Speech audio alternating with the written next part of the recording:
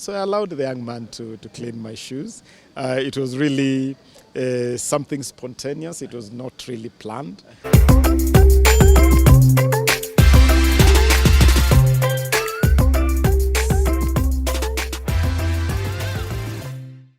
Was it just a summary of what was today? This was really a very unique opportunity Yes. for all people who operate within the creative space. Okay. The people you call the creatives, Yeah. to just come together and chart a way forward for the creative industry. Yes.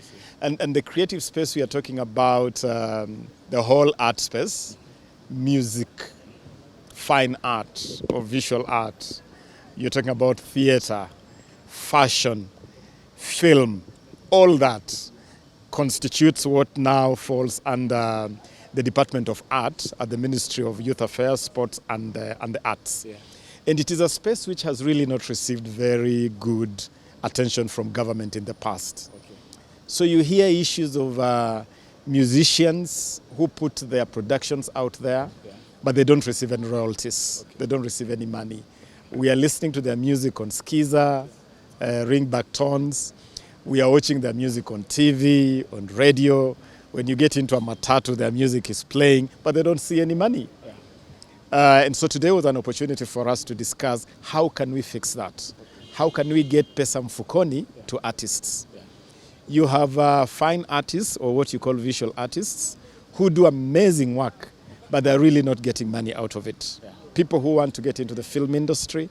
So today, I convened the stakeholders in this sector for us to start a journey that can turn the creatives into a mega industry, an industry that can provide employment for our young people and also be a big contributor to GDP, Yeah. to contribute to our economic growth. Yeah. And I'm glad that we have agreed on a number of key things. We want to create a digital space, and I'm glad that you guys operate within the digital space. We want to create digital space. We are launching a portal called the Talanta Hela portal, which is going to be a platform where you can bring your creativity, record whatever you want to record, put it up there. We'll have people who will assess it. If you have talent, we'll give you an opportunity to grow your talent through the Kenya Academy of Sports and Art. We want to market your art so that we can turn you into a megastar. We also want to increase revenues to artists through different ways. One of those ways, for instance, is to ask government to be a big buyer of people who do fine art. Okay. We want to do film, Kenyan film, big time. We want to increase local content in our local media so that Kenyans can watch and listen to more Kenyan content, to more African content. So we have a lot of good things which we have agreed on, and it's a journey which is exciting for me because it gives us an opportunity to turn the creative space into a mega industry. Okay. Yeah. And a little bit, Waziri, about sports. Last week we saw you went to Qatar to meet with the president of FIFA. Maybe can you tell us what you agreed about? I'm very happy today because the ban that has been weighing heavy on Kenya for the last 1 year has been lifted. Okay. I went to Doha last week to meet the president of FIFA, Mr. Gianni Infantino. Okay. And he hosted me there together with his secretary general and the whole leadership of FIFA and the leadership of CAF, led by the president of CAF, Patrice Motsepe. Okay. And we had a good conversation. We agreed on ways to take Kenyan football forward. Okay. Kenyan football is at its lowest ever, and we need to do so much to get our football back roaring. I met our elite striker, Michael Lunga, and Mike would love to be part of this new beginning for Kenyan football. So it was important that we have the ban lifted so that we can now start a new beginnings. So I'm excited. It's a new dawn. There's a new sheriff in town, new dawn for football, ban lifted. So let's get cracking. Yeah. Cartels have been taking money from artists and from the creative industry. How do you plan to deal with cartels that are probably unseen faces? That is one of the reasons why we gathered here. Okay. I mean, it is so shameful, it is so painful that musicians work so hard to create, to put their creativity out there, and we enjoy their creativity. Yet there are some crooks out there, some cartels that steal their money, that live big on the money that belongs to artists. We have given them notice that we are going to scatter them to the four winds. If you're playing around with money belonging to artists, belonging to musicians, your days are so numbered. Your days are so numbered. We are putting in place a framework where artists can earn big. If it is Skiza, we are already talking with Safaricom, and Safaricom was here today in this summit. Nice. If it is Skiza, we want the Skiza money to just go straight from Safaricom, straight to musicians, with no middle people. Because these middle cartels are what is causing pain to our musicians and our artists generally. Yeah. My name is Cliff from Plug TV. Recently, we saw one of the rugby players, William Barker, complaining about the payment. They have not been paid for the past 3 months. Kindly address that issue. It is very painful. It's very painful. Today I did many things.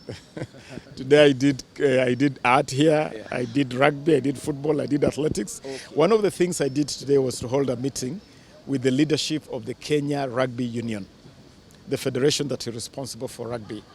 I literally read the riot act to them. I've told them in no uncertain terms that they have to style up. They have responsibility for rugby. They have to style up. They can't be living large, throwing around money that is meant for players and letting players go hungry. I have told them in no uncertain terms that they have to style up or ship out.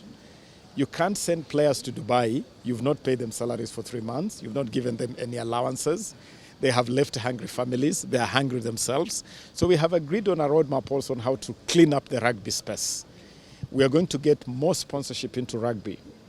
But I've asked the Kenya Rugby Union to clean their house and become more accountable, more transparent in the way they utilize the resources that we give them.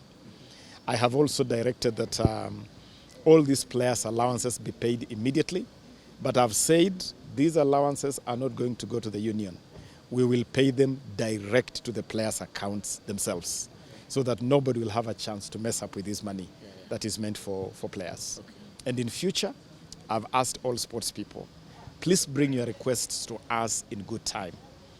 We don't want to run sports through crisis management. If we had known about these issues in good time, it would never have got this far. But Peter Sindwele, we are here to make it clear to our players that will definitely take better care of you. And Waziri, tukimalizia, there's a time back, there was a clip which trended, and we as online media will wish if you can address about your shoes. How did it happen until the NYS akasafisha kiatu? How did it happen, Waziri? Tafadhali. You guys in the media love building mountains out of nothing. It was nothing. We were planting trees at the National Youth Service, and in the process of planting trees, apparently my shoes got really muddy. I hadn't even noticed it.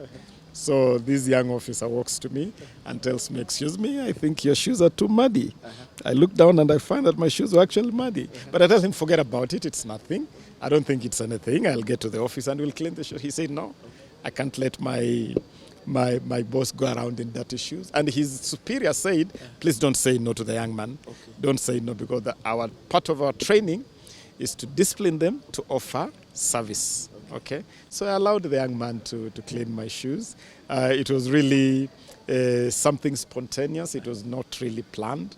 But of course, I give credit to you media guys. You can really build Mount Kenya out of nothing. Thank you very much. Thank you so much. But the young man is my big friend.